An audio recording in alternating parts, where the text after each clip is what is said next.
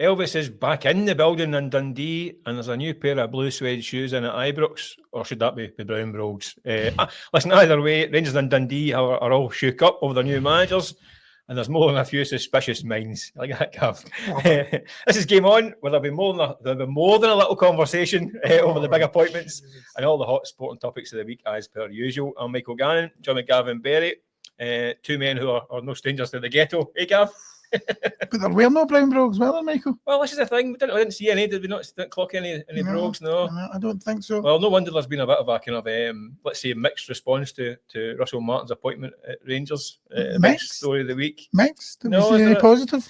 Well, there's been a bit of reaction, but let's get stuck in, and that's the first question of the day, obviously. Michael, I'm more of a Sydney Devine man. Oh, you're more of the tiny bubbles? Tiny bubbles, I like the tiny bubbles. Maybe we'll sing song right You don't want me to sing it, do you, though? Well, listen, Gav, we just hit 1 million viewers for Game On. I don't want to lose them all in one fell swoop. Don't want to burst the bubble. We'll stick to what we know best, which is... well, let's get back to that one. I don't know what that is, but we'll get back to the questions in hand. And obviously, Russell Martin getting appointed Rangers manager. Yes. The big story of the week.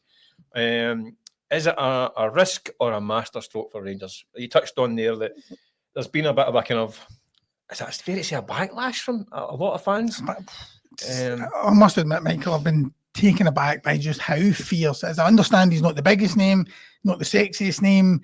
Obviously, the 49ers, coming in, taking over the club. I think Rangers fans maybe were hoping for a bigger name, sexier name, but I don't.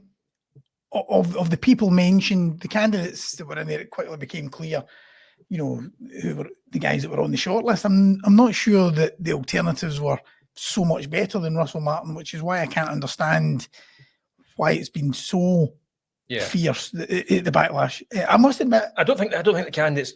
I don't think any of them were particularly great. I mean, the Ancelotti thing might have got folk excited because of the name. I think that'd be a major gamble. I think I want to watch by not going for it. That's what I was going to say. He was playing games all the way through as well. But suddenly he became, I think because Rangers fans were a lot of the Rangers fans were so against Russell Martin, it was like, we need to get Ancelotti, forgetting that when his name first, he would have been a risk. He would have been a risk. Yeah. And many fans were saying that at the time as well. Yeah. So, here's like, Ancelotti had never managed. Russell Martin, much more experienced. He's managing the Premier League, albeit it was a disaster last season. But, MK Don, Swansea, he took Southampton up. Notoriously difficult to get out of the Championship. He has achieved things. He plenty of money and finished fourth. He still got them up. Had a good run. There's plenty of managers that have been in the Championship, English Championship with money and not gone up. I've been saying for weeks, I think he'd be a good fit for Rangers. I think the way he plays, I think he's a kind of very much a disciple of your kind of Peps, Klopps. Yeah. And Postecoglou as well. He's a big disciple of his way of thinking, which I think might work in Scotland, might be tricky in Europe. The big questions are, hasn't managed in Europe, hasn't won silverware as a manager. I think his win ratio was about 40%. Yes. In these three clubs. I know he's been at a club before. He won't know what's hit him when things go wrong, which at some point it will. There'll be a bad week here and there. It's going to be interesting to see how he copes under pressure. I thought he looked a wee bit strained at times at Southampton last season. He ain't seen nothing yet. But I do think his style of football, if he can get his views across and get the key thing is signings. He needs signings to help him and get the players that can play his certain way. I think it might work in Scotland. I think it might work. And fans need to give him a chance. But I can understand why they're kind of a little bit reticent. Michael, there's been, on that note, there's been interest in Cyriel Dessers, Olympiacos. There's always been, he's been mentioned. There's a lot of speculation over his future. He's divides opinion when it comes to fans. Sell or keep? Well, it's sort of interesting that the speculation came from Cyriel Dessers when he's with Nigeria, and he's talking about his future. He goes, well, there's interest from Greece in these two clubs. You don't often get a player who actually sparks the speculation, which suggests to me there might be something coming down the pipeline. I think if you're judging Cyriel Dessers on his goal return, you think, you know what, he's worth keeping. We get a goal. He's got 29 goals last season, and 28 for Rangers, one for his country.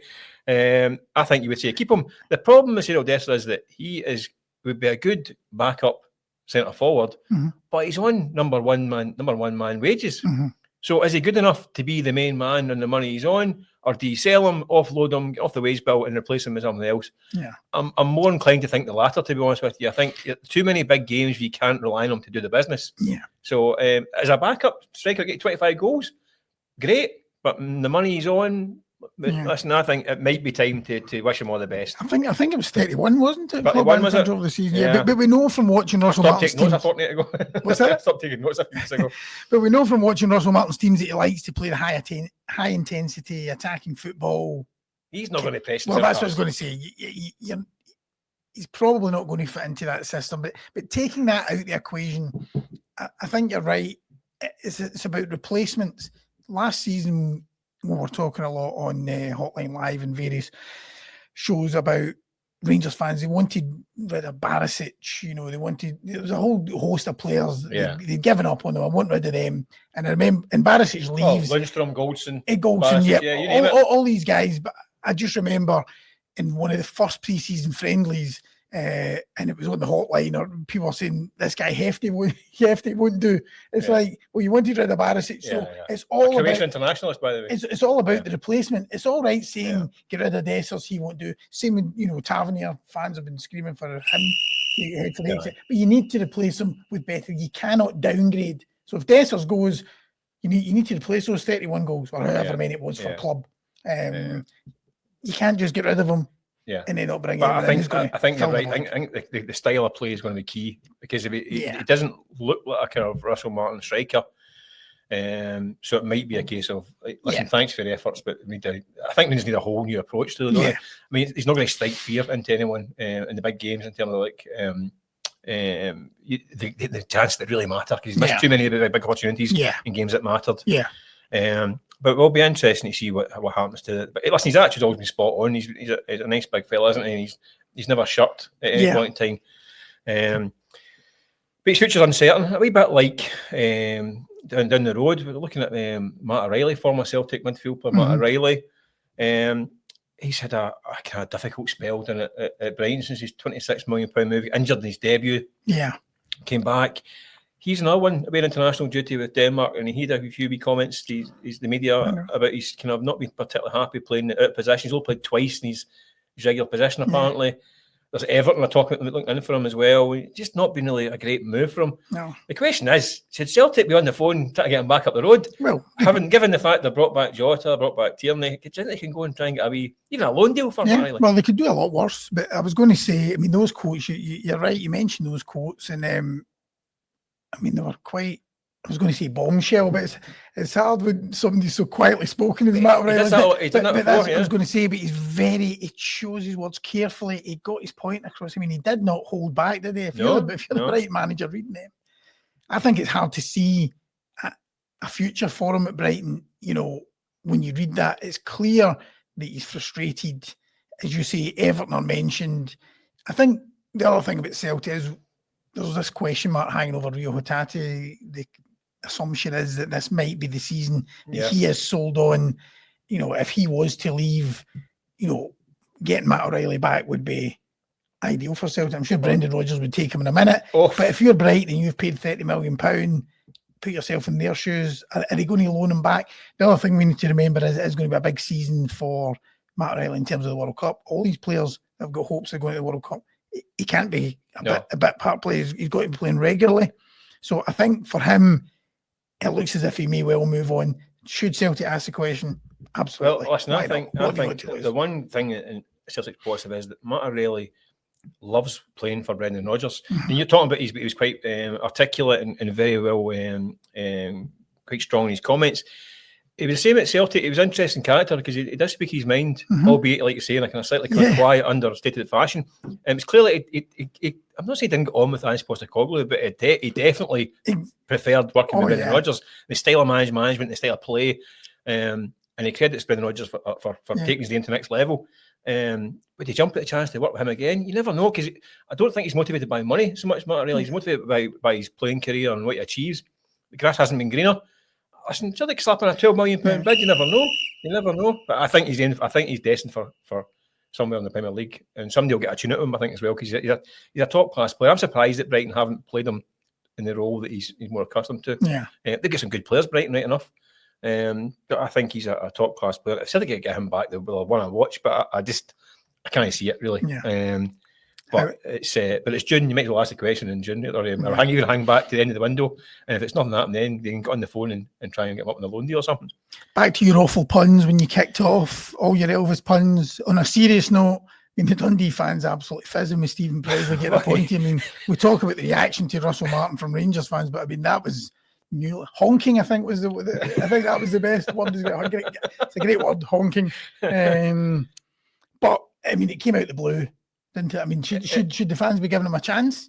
Listen, I think they have to give him a chance. But listen, on paper, Steven Pressley, listen, we all know him, good guy. I mean, a stalwart a player for Hearts, Rangers, Celtic, Scotland, all the rest of it. Management done well, done okay at Falkirk. He did. Coventry developed at first, then get sacked, didn't work at Fleetwood, didn't do well at Carlisle. Hasn't managed for 6 years. I know it's not like he's been linked with jobs left, right, and centre, really. Especially not Premiership jobs in Scotland. So it's a bit left field. He's been doing some good work behind the scenes at Brentford. Everyone speaks of him very highly, but how much of that is actually on the playing ground, working with senior players, coaching and managing? Not a lot. I think it's a kind of slightly strange appointment. I mean, you mentioned Carlisle and things like that, Michael, but I mean, they've been spitting out managers. That you look at where Carlisle, English league always do. A lot of these clubs. So I mean, how much do we judge him on that? Okay, it hasn't managed for 6 years, as you say. How much do you think? It's this whole new structure at Dundee. They're putting this emphasis on, they've got Davy Longwell in, haven't they, as a technical manager or whatever it is. We've got Gordon Strachan, technical director. Does that give Steven Pressley, do you think, more of a chance? It seems to be more on developing individual players, doesn't it now? Yeah. So is that why he has ticked a box that others maybe didn't? You've got to think that Gordon Strachan's had a key role in this and get him the gig. And I actually think he's worth a chance. I actually think I like the cut of his jib. I always have done. I think he's a good thinker about the game. Good communicator. Fiercely competitive. I think it could work, but I can understand why Dundee fans are thinking, oh, wait a minute here. It's not a manager who's been working for the last few years and just recently been out of work. I mean, there's a lot of managers who are in that situation. So I get the frustration. It means he's going to need to make a good start, because a bit like Russell Martin at Rangers, there's people to win over, and if you don't get a good start, you're up against it right from the off. It's going to be difficult for him. So he has to get off a good start. Earlier this week for the Daily Record, Michael, you were through at the Kingdom of Five, seeing Neil Lennon, who read your stuff earlier in the week.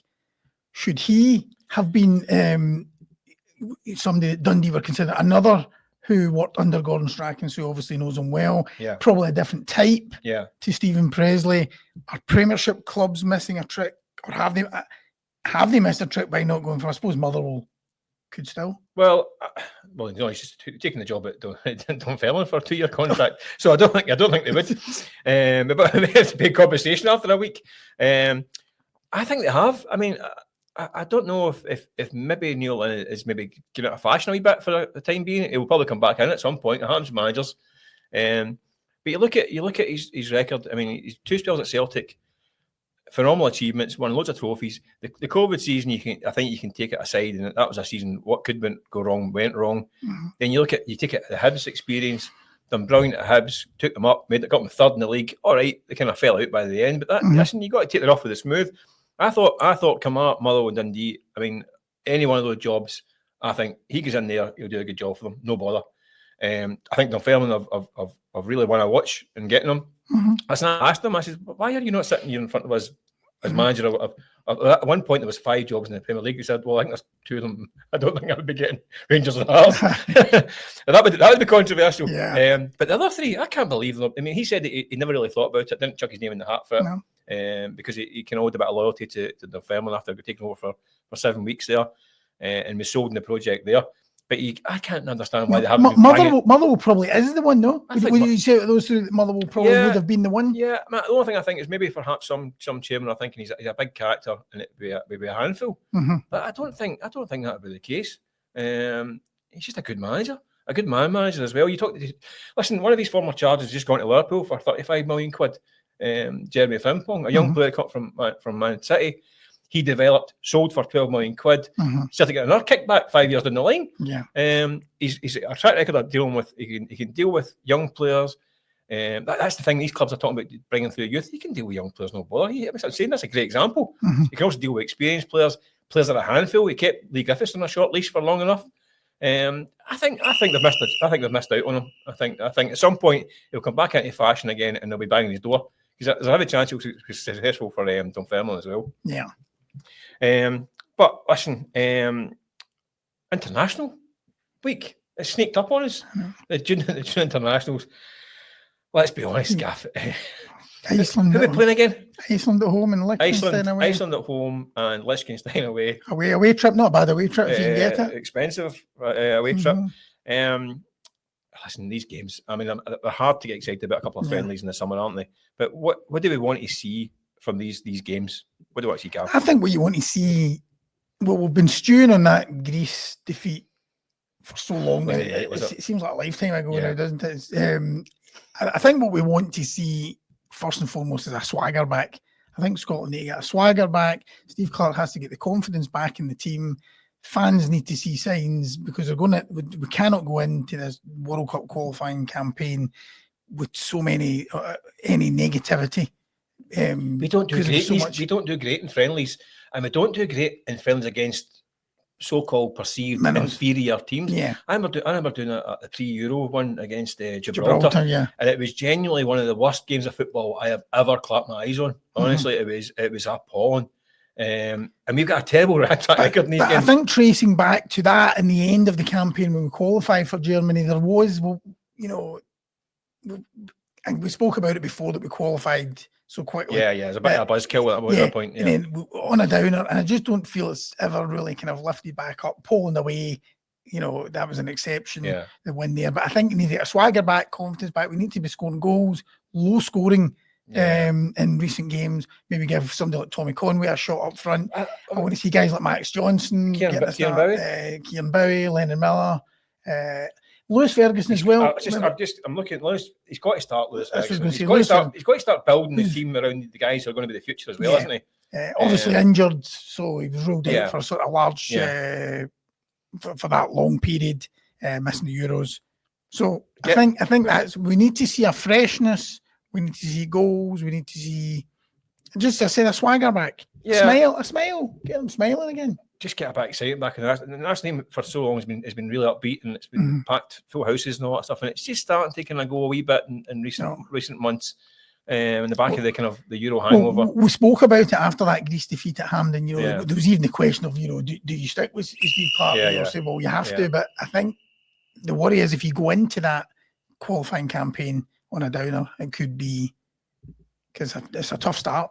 I want to see us beating Iceland comfortably, and then I want to see a cricket score against Liechtenstein. I want to see 7-8 hat tricks and all that stuff, and I want to see a real good thumping win. I don't want another neat draw against Iceland and then a 1-0 win with a penalty kick in Liechtenstein, and they'll be miserable for until the next round of fixtures.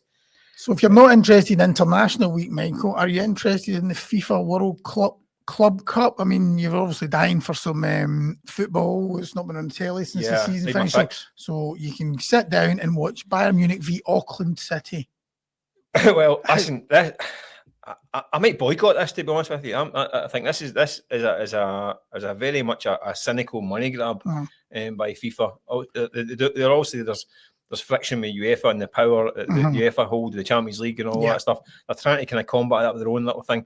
But this is how ridiculous it is. I mean, they're trying to sell tickets on Messi. They're trying to get Ronaldo a contract with some of the teams involved, a temporary contract to play just because it's Ronaldo, right? They've already got, I mean, Lionel Messi's playing this one, and he's in all the posters in America, and he's in all the tickets. Inter Miami are like mid-table in MLS. Do you know how they qualified for this competition? No. They were awarded the MLS Supporter Shield, a kiddie-on make-believe trophy that they worked it out with some mathematical formula that apparently Inter Miami had the most amount of corner kicks for the season or something like that. Is that right? Gave them a trophy and gave them an automatic spot in this World Cup because they've got Messi. So as soon as did that, the competition is invalid as a meaningful competition. Yeah.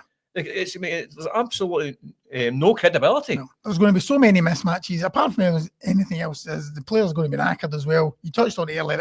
It's political, it's financial. There's no room for it in the regular season, so they just bolt it on at the end. Players are knackered. They're bringing in teams that are just not up to scratch. No, it's not a meritocracy either, which is what sport's all about. Listen, I get it. They're trying to they're muscling in. What they're trying to build up the kind of momentum to the World Cup in the USA, obviously, or in Canada, USA, Mexico next year as well.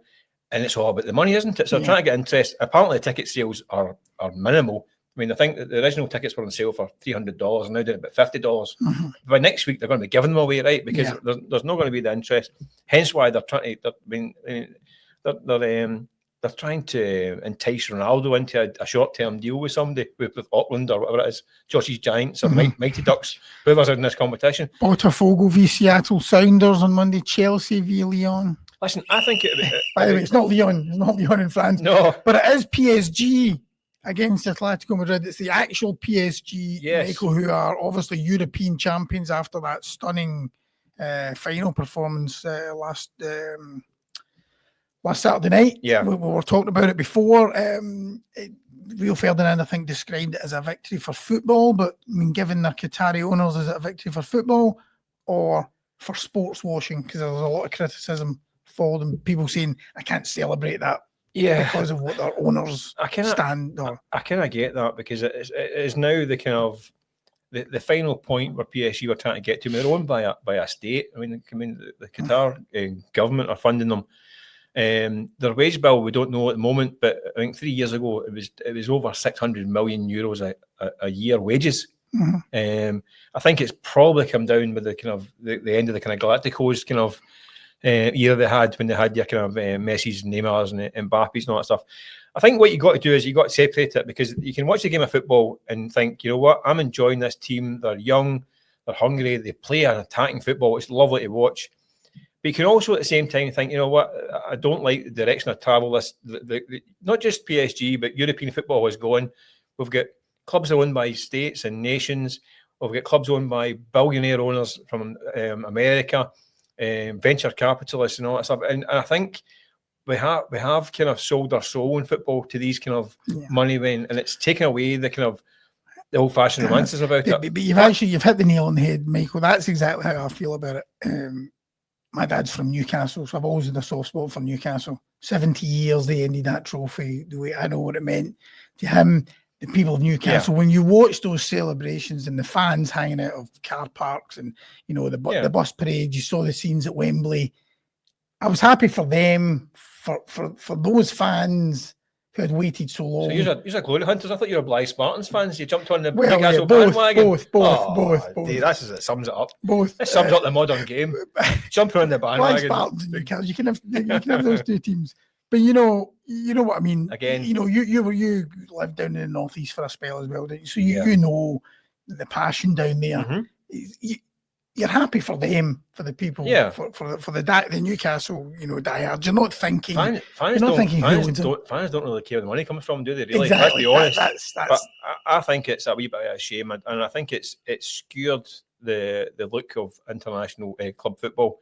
And I think we're now seeing the Champions League now. The Super League is there, all but name, isn't it? Mm-hmm. And these super states and nations that are funding these clubs are making it a closed shop. Yeah. It was only a matter of time before PSG broke in, Man City broke in. Man City are a team that would they be winning European Cups 30, 40 years ago? Because they don't have the structure, heritage or fan base for it, but they've been turbocharged by money that, I don't know. It leaves a bit of a bad taste, but at the same time, I'm sitting watching the game and I'm laughing it up because and Luis Enrique, the story, obviously the heartbreak of losing his daughter. How could you not be happy for him? I mean, really, it was a great story, wasn't it? I mean, it's And just to finish off, Michael, we've got the US Open just around the corner. I know you're the golf expert. Scotty Scheffler, there's just no stopping him just now. I'm going to read you out this stat actually: 16 PGA Tour wins in the last 1,204 days. A PGA Tour won every 75 days. He joins Tiger Woods and Jack Nicklaus as the only player since World War II to win 3 majors and 15 PGA Tour titles before his 29th birthday. Is he the best since Tiger? I think we're now seeing it. I mean, we're still a relatively short body of work. I mean, he exploded in the last 3 years, and he's been an incredible level since then. If he can maintain that for a bit longer, I think you've got to say he is. I mean, you look at his game now; he's just at another level. I mean, I'm a big Rory fan, and I think Rory is probably the most naturally talented golfer in the world. But I just think Scheffler is actually, it's almost boring how good he is. I mean, I think Tiger was quite exciting. People always compared Tiger Woods to kind of Jack Nicklaus. I think he was more a bit more like Jack and a bit of Seve, because I mean, the amount of shots you see, if you see a compilation of Tiger's greatest shots, he's behind trees, he's in car parks, he's chipping off. I mean, he's usually been in somewhere they shouldn't be to get back to get the shot. Whereas Scottish Scheffler, you don't see that with Scottish Scheffler, because it's almost like fairways, greens, great putts. It's almost kind of dull. But no, I don't think anyone's played this brand of golf for I don't know how long, because it's just so reliable and so consistent.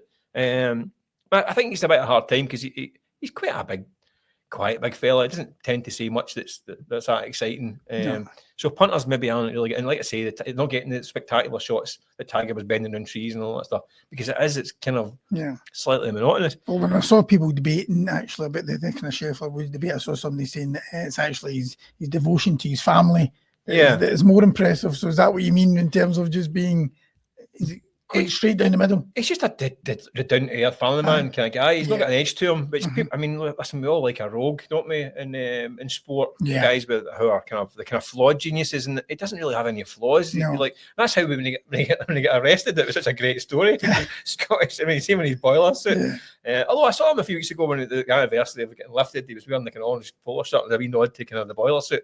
And he shut up my estimation, because I must admit, as much as I admire his golf, getting arrested was more impressive. I think getting lifted is my favourite thing. That tells us more about you, Michael. Well, it gets back to our Elvis intro with the jailhouse rock. Oh, what a way to finish. Oh. So anyways, so we'll need to return to sender for another week. I think at that point I think we better wrap it up.